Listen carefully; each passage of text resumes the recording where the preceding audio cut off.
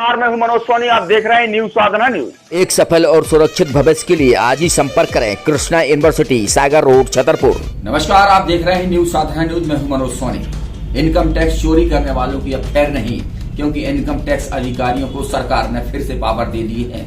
किस तरीके से पावर वापस मिले हैं और इन पावरों का इनकम टैक्स अधिकारी किस तरीके से इस्तेमाल करेंगे, हमारे साथ इनकम टैक्स के अधिकारी इरफान खान मौजूद है। सर, किस तरीके से जो इनकम टैक्स ने आपको फिर से पावर दे दी है, उन पावरों को किस तरीके से इस्तेमाल करेंगे और पहले क्या होता था और अब क्या होगा? जी धन्यवाद। ये जो पावर्स जो हैं, ये ऐसा नहीं है कि पहले नहीं थी, ये तो इनकम टैक्स एक्ट में पहले भी विद्यमान थी, अभी भी रही है। ऐसा कुछ नहीं कि पुनः लौट कर आई है। हाँ, बीच में कोरोना के दौरान सरकार ने कुछ इसमें गाइडलाइंस में तब्दीलियां की थी और इसको चूंकि व्यापारियों का हरासमेंट ना हो, इसलिए इसको काफ़ी रेस्ट्रिक्ट कर दिया था और हायर लेवल पर इसको रेस्ट्रिक्ट कर दिया था। चूंकि अब कोरोना खत्म हो गया है और व्यापार में गति भी आई है लोगों के, इसीलिए सरकार ने पुनः जैसे पहले सर्वे के प्रावधान हुआ करते थे, वैसे ही प्रावधान फिर से कर दिए हैं। हाँ, हालांकि अप्रूवल वगैरह ने थोड़ा हाई लेवल पर रखा हुआ है। सर, किस तरीके से ये सर्वे होता है इनकम टैक्स का और व्यापारियों पर, और इससे व्यापारियों को जो लोग टैक्स चोरी करते हैं तो वो आप लोगों तक कैसे इन्फॉर्मेशन देते हैं? आप लोग सर्वे में क्या करते हैं? एक्चुअली क्या होता है कि जो हम लोगों के पास डाटा आता है, ऑनलाइन डाटा आता है, STRs आती हैं, फील्ड से इंफॉर्मेशन आती है, तो वो इंफॉर्मेशन को प्रोसेस किया जाता है। उसके बाद ये देखा जाता है कि अगर कहीं कोई ज़्यादा डिस्क्रिपेंसी मिल रही है उसके रिटर्न से और उसकी जो आय की जो सूचनाएं प्राप्त हुई हैं, उनमें अगर ज़्यादा डिस्क्रिपेंसी है तो सर्वेक्षण की कार्रवाई को हायर अथॉरिटीज के दिशा निर्देशों के अनुसार संपूर्ण की जाती है। सर, आप लोग ने जो इनकम टैक्स जब कार्रवाई करती है या सर्वे करती है या रेट डालती है, तो उसमें जब इनकम मिलती है तो उस पर किस तरीके की जो टैक्स लगता है, कैसे टैक्स लगता है? ये पिछले 5-6 सालों में इनकम टैक्स के जो टैक्स चोरी के जो प्रावधानों में है, उनमें काफ़ी स्ट्रिक्टनेस आई है और अब ऑलमोस्ट जितना टैक्स का जो डिस्क्रिपेंसी पाई जाती है तो उसका लगभग 100% और कई बार उससे ऊपर भी टैक्स का क्वांटम पहुंच जाता है पेनाल्टी मिलाकर। कैसे? जैसे कोई व्यापारी अपना टैक्स दे रहा है और कभी उसके पास कार्रवाई होती है, कुछ टैक्स की चोरियां भी पकड़ी जाती हैं, तो उसमें किस तरीके से आप लोग उस पर कार्रवाई करते हैं? देखिए मनोज भाई, पहले तो मैं आपको ये यहाँ पे क्लियर कर दूं कि जो भी व्यापारी ईमानदारी से टैक्स भरता है उसको चिंता करने की कोई बात नहीं है, क्योंकि जो भी कार्रवाई अगर कुछ होती है विभाग के द्वारा कहीं भी होती है तो वो सिर्फ उन्हीं लोगों पे होंगी जिनके बारे में विभाग को कुछ सूचनाएं प्राप्त है और जिनके रिटर्न्स में और इनकम टैक्स जो सूचनाओं में काफ़ी अंतर है।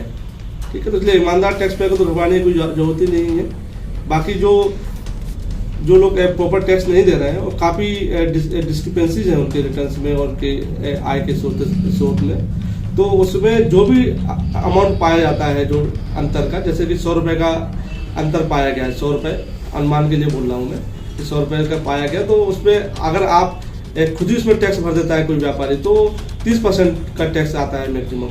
लेकिन अगर ये विभाग के द्वारा ये सर्वेक्षण कार्रवाई के दौरान पाया जाता है या विभाग किसी और कारण से पकड़ती है तो उसमें टैक्स का क्वांटम आता है 30% और 200% पेनाल्टी है उसमें। तो इस प्रकार से 90% पहुँच जाता है और लगभग पिछले 1-2 सालों का मिलाया जाए तो इंटरेस्ट का क्वांटम लेके 110-120% पहुंच जाता है।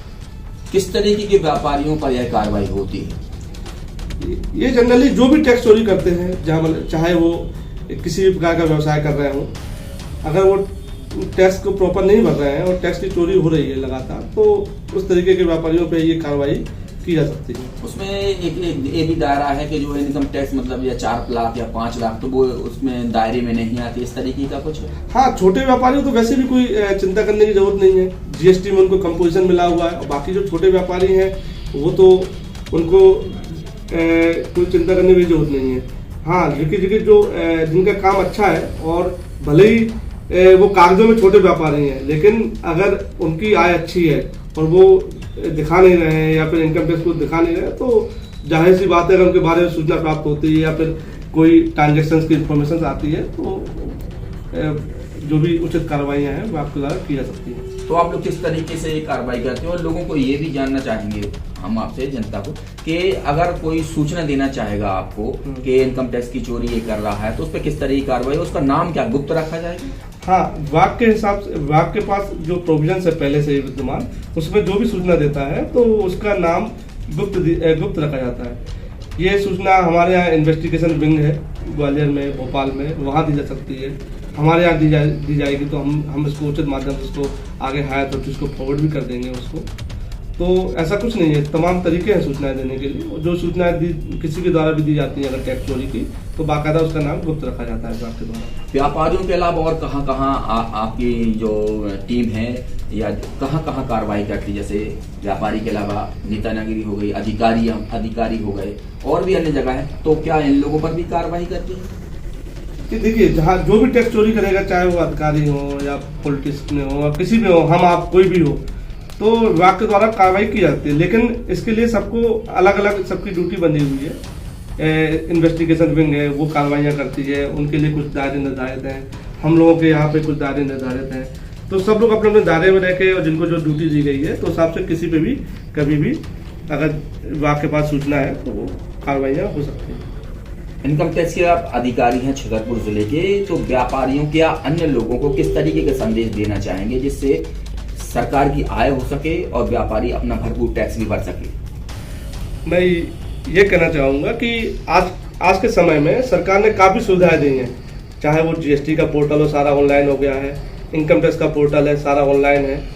तो मुझे नहीं लगता कि किसी को ज़्यादा कहीं भी टैक्स में हेरफेर करने की गुंजाइश रखनी चाहिए, क्योंकि सारा ऑनलाइन होने के कारण गुंजाइश से हेरफेर करने की कम है। इसलिए मेरा तो यही सलाह है कि ईमानदारी से अपना टैक्स भरें और सारी समस्याओं से चिंता मुक्त रहें। सर, जैसे जब कोई जमीनें भी खरीदता है तो उस पर भी क्या इनकम टैक्स की नजर रहती है? और जमीनों खरीदने में या बेचने में क्या उस पर भी टैक्स लगता है? हाँ, बिल्कुल सही बात कही आपने। ये जो अपन कोई भी व्यक्ति प्रॉपर्टी के ट्रांजेक्शन करता है, वो कैपिटल एसेट्स होते हैं, तो उसके बेचने पे कैपिटल गेन टैक्स लगता है। ये प्रायः देखा गया है कि बहुत से लोग कैपिटल गेन टैक्स नहीं भर पाते हैं। तो जो भी हाई ट्रांजेक्शन हैं उनकी बाकायदा रिपोर्टिंग होती है और STR इन्फॉर्मेशन और AIR इन्फॉर्मेशन और SFT इन्फॉर्मेशन, ये सब विभाग को ट्रांसफर होती है और समय समय में इनमें उचित कार्रवाई की जाती है। तो उसमें कितना टैक्स रहता है खरीदने में या बेचने में? ये जैसे कि आप कोई प्रॉपर्टी बेचते हो, कैपिटल एसेट है वो, तो उसकी गणना की जाती है कैपिटल गेन टैक्स की। तो जो भी टैक्स आता है उसका 20% उसमें इनकम टैक्स लगता है। जैसे कि आपने कोई प्रॉपर्टी 100 रुपए में खरीदी थी अगर आज से 10 साल पहले, और आज उसको 200 रुपए में बेच रहे हो, तो 100 रुपए का जो इन्फ्लेशन एक इंडेक्स होता है इनकम टैक्स का, उसके हिसाब से अगर उसकी कीमत 150 रुपए हो गई आज, तो 50 रुपए का जो डिफरेंस है उस पर इनकम टैक्स लगता है। तो खरीदने में पर भी लगता है? जैसे हमने खरीदी या आपको बेची तो उस पर खरीदने पर भी है? नहीं, खरीदने पे टैक्स नहीं है, लेकिन खरीदने पे तो आपके पास स्रोत पूरे होने चाहिए। माना कोई प्रॉपर्टी आप 100 रुपए खरीदते हो तो 100 रुपए के आपके पास सोर्सेज प्रॉपर होने चाहिए और बाकायदा जो चेक है, चेक से आपको भुगतान करना चाहिए। आप नगद में प्रॉपर्टी खरीदना और बेचना तो पिछले 5-6 सालों से बंद ही है। तो सर, जैसे प्रॉपर्टी में आप खरीद फरोख्त की जानकारी कैसे लेते हैं? क्योंकि रजिस्ट्री कार्यालय में तो कभी शायद कोई अधिकारी जाता भी नहीं, फिर कैसे होता है? ये इनकम टैक्स विभाग में गाइडलाइंस बनी है। SFT इन्फॉर्मेशन होती है, जो रजिस्ट्रार हैं, बैंक्स हैं, ये समय समय पर अपनी SFT इन्फॉर्मेशन फाइल करते हैं।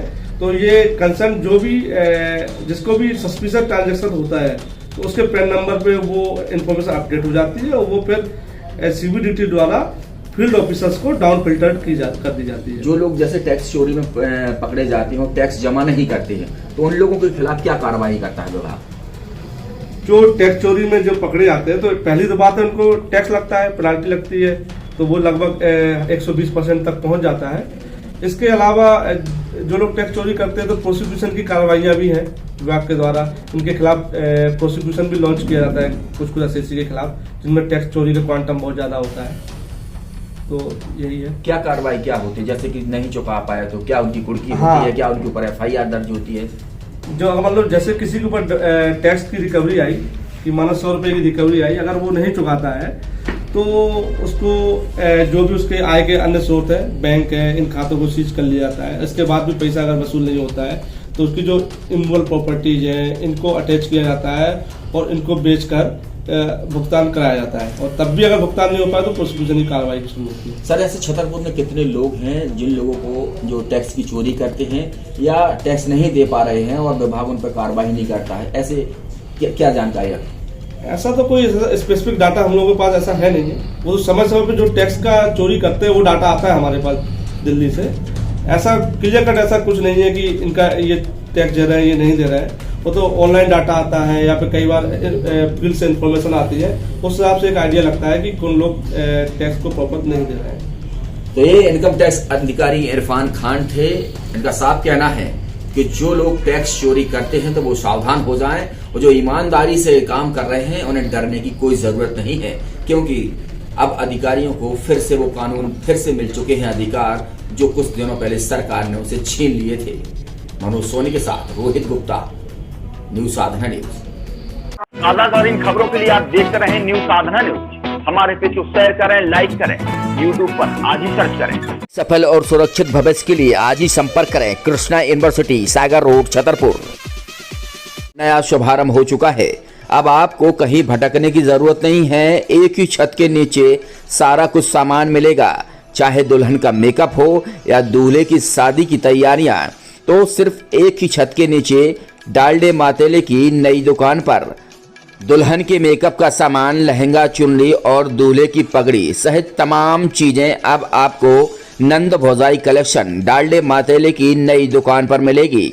तो अब आपको कहीं भटकने की जरूरत नहीं है। नंद भौजाई कलेक्शन पर एक ही छत के नीचे सारा कुछ सामान मिलेगा। हमारा पता है राम गली बजरिया, हनुमान गली।